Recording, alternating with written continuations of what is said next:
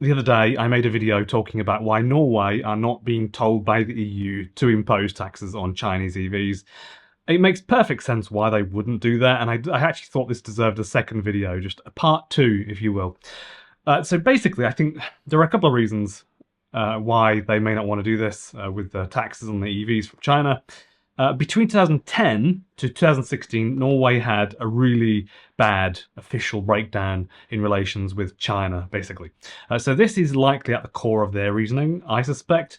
And as well as this, Norway probably just realizes that as well as being a state that relies heavily on free trade, being able to buy things and sell things all over the world, they would be shooting themselves in the foot, so to speak, if they impose tariffs on Chinese EVs. That's what this video is about, and this video is a bit longer than usual, so feel free to grab a drink, pause it, grab a cup of tea or something. I just wanted to make a point here, and I wanted to make this video a little bit more clear, and I think it's worth watching to the end if you've got a bit of time spare. But you probably already know what's happening and where this is going within the first few minutes anyway, so don't worry if you need to go. So if you're new to the channel, thank you very much for joining me. I'm Ben Alexander, and I make EV news videos every day from, about the latest news around the world.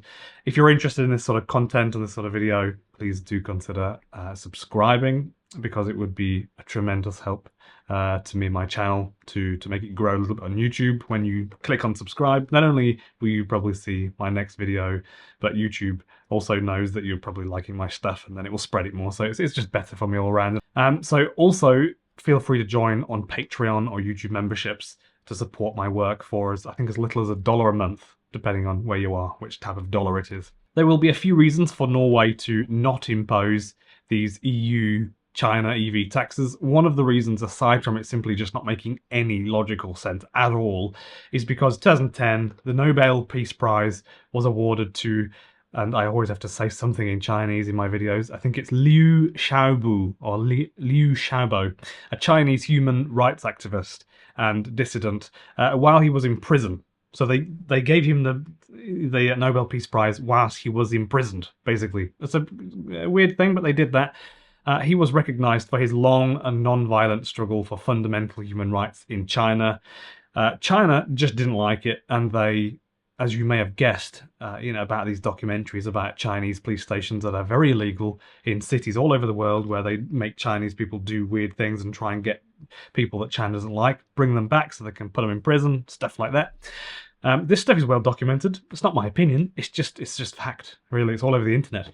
In response to the award, the Chinese government was extremely displeased. China also imposed some unofficial diplomatic and economic sanctions on Norway, which were very evident and very obvious. This included restricting imports of Norwegian salmon into China, halting trade negotiations, and freezing political diplomatic contact between the two countries. So they just basically almost didn't talk for 6 years, and then they just didn't buy anything from Norway and salmon, basically, which is a big deal if you're Norway. So we're talking a lot of salmon, by the way. After 6 years of these crappy relations between Norway and China, in December 2016, Norway and China both on a stage basically announced that they would normalize their relations. Norwegian Prime Minister Erna Solberg and Chinese Premier Li Keqiang, I think he's called, they met and agreed to resume diplomatic and economic cooperation. Norway emphasized that it respected China's sovereignty and territorial integrity. Depending on where you read this last 6-year period would have cost hundreds of millions of US dollars, equivalent of US dollars in Norway. So that cost Norway dearly. After China imposed the unofficial sanctions, the amount of Norwegian salmon being shipped to China fell by almost 70% within the first 12-month period. That's not great if you're Norway and you sell salmon all over the world, as China was also previously to that was a growing market for Norway, and Norway imports many times more than it exports from basically all over the world, especially China. So China has the upper hand here, obviously. It's China, it's one of the world's powers. So as someone who has family in Norway too, I've lived there for a long time, I can say that in many shops, when you go to the shop, typically like the rest of the continent, if you go right through to Denmark and Germany and France, for example, there are Chinese products everywhere. For example, if you go to Europris, just like a lot of countries in Norway, people turn to China because they seemingly make everything in China these days. Dare I say that in Europe we've gotten quite lazy. Our politicians are very lazy and generally have crappy politicians that make very easy to make temporary decisions to patchwork things, to patch things up. So now we basically buy everything from abroad rather than, our politicians actually being politicians and trying to build economies. Typically here in Europe, like in England, for example, they're just inflating stuff, basically just squandering that head start that, we have here in Europe. Norway and China, lots of potential areas of collaboration in green technology. Norway basically selling off some very large companies. I can't remember the name. The largest oil company in Norway selling a lot of assets and replacing those assets with huge offshore wind farms on the coast of America, for example. Real shift of where the wealth is. Obviously, they make a lot of money still from gas and oil, but they're trying to really invest heavily and own a lot of stuff in the renewable tech world. China also doing exactly the same thing. There's a lot of potential for collaboration there. Norway understand this with no questions. I'm pretty sure of that. Keeping tariffs low encourages partnerships when things align with Norway's goals for sustainability and innovation.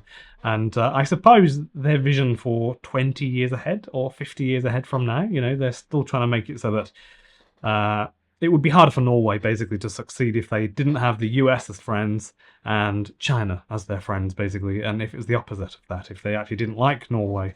So it's just common sense, I suppose. Norway has been working to diversify its economy beyond oil and gas, like I've said, engaging with China in sectors like green technologies and electric vehicles. This supports the diversification strategy that Norway have, and Norway's decision to refrain from imposing these tariffs on Chinese electric vehicles basically it will stem from a combination of past experiences, economic dependencies, and strategic interests. So they're just being decent politicians, I would say. The lessons learned from the 2010 Nobel Peace Prize incident, the importance of maintaining robust trade relations, and the potential for strategic partnerships and economic diversification, all will contribute to this stance from Norway. And put simply, Norwegian politicians have a lot more common sense and wit than what most politicians do, even though I do sometimes read your comments saying that they're just as corrupt as all the other politicians in other countries. Maybe they are, but at least things have got a way to go before they're anything comparable to as bad as what they are in, say, the UK or America, for example. It's just not as bad, So that's just what I'm seeing. I think if there is one thing that Brexit has taught me, for example, I shouldn't mention Brexit, but I will briefly, because it is relevant, is that it's clever to have access to as many sellers, as many markets as possible, only create barriers where there is a clear need to create a barrier, and if there's a benefit in that regard. Where Brexit fell down, I think, is because there clearly was never a benefit, really, and it hasn't worked out very well for the UK after being away, actually, for 3 years.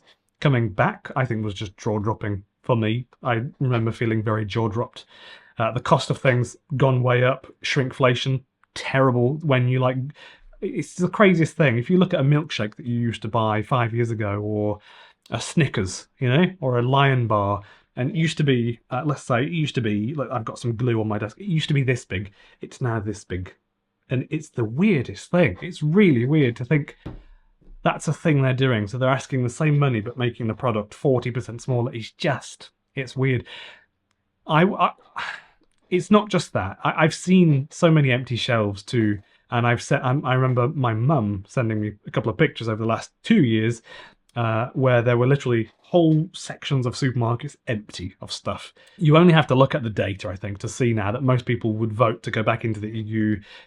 Having access to these big markets is a really big benefit, as the UK now is probably seeing. It is much easier to buy things from Europe when you're in a sort of collaboration with them, as opposed to being an opposition now, as the UK, I think, might be seen as.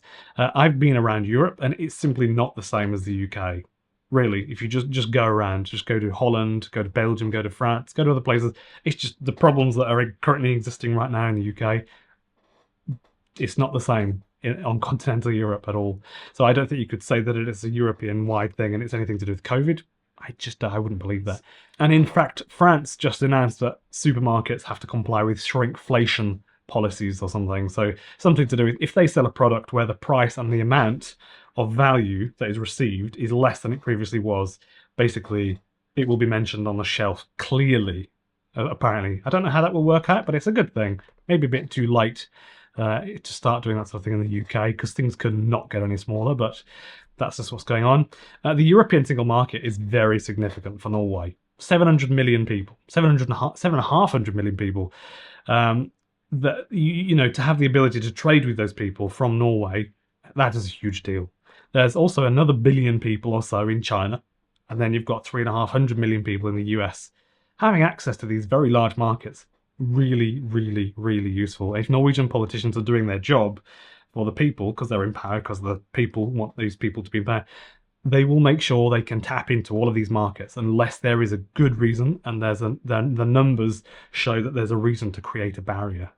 And this is what I'm seeing, and that's why they chose not to tax EVs. You just don't bite the hand that feeds you. You just don't do that.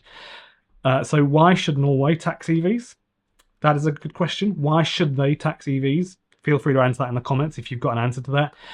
Because their friends over in Brussels say they should. Is that reasonable? Would you want your country to be run by people that would be so easily influenced by their friends? What do you think about that? This all makes perfect sense to me. It seems really obvious. Just before I end the video as well, in case you didn't know, yesterday, Julian Assange, he was freed yesterday from the UK prison. And I think he's flying back now to Australia after a very small stop in an island on the ocean. I think you can track his flight on flight radar. A freedom fighter was freed, and I think it's a great day to mention that and celebrate it. So that's really nice. Thank you for watching, everyone. And I know this was a bit longer, a bit rantier than usual, but it was relevant. It's an interesting topic, I think. So feel free to subscribe if you like these kind of videos, because it really helps my channel spread when you all like my videos and stuff. So enjoy the rest of the day. Enjoy the weather. Go for a drive.